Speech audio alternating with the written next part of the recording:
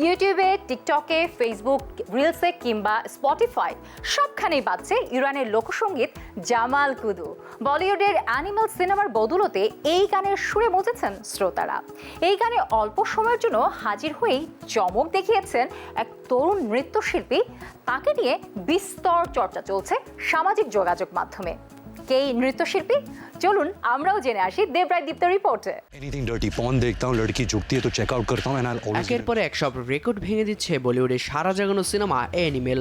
আর এই সিনেমায় সবচেয়ে আলোচিত সাউন্ড ট্র্যাক হচ্ছে ঐতিহ্যবাহী পার্সি গান জামাল কুদুর নতুন চিত্রায়িত রূপ।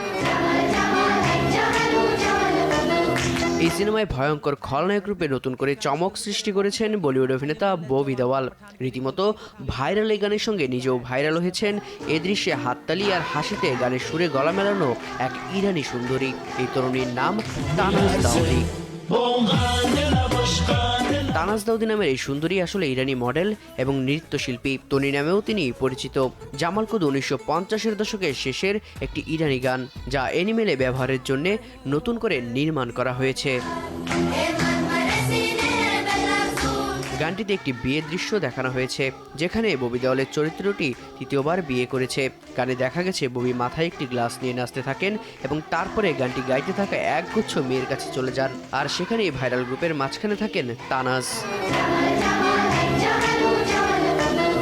তানাজ ভারতে কাজ করেন। জামাল কুদুতে উপস্থিত হওয়ার আগে তিনি বলিউডের বিভিন্ন গান এবং স্টেজ শো করেছেন। নুরা ফাতেহি, বরুণ ধাওয়ান, জন আব্রাহাম এবং সানি লিওনের মতো তারকাদের সঙ্গে তাকে দেখা গেছে। তবে বেশিরভাগ জায়গাতেই তার উপস্থিতি ছিল ব্যাকগ্রাউন্ডে। জামাল কুদু গানেই প্রথমবার ক্যামেরার সামনে এসেছেন তিনি। গানটিতে সংক্ষিপ্ত উপস্থিতি, আর তাতেই তানাজের জীবন বদলে গিয়েছে।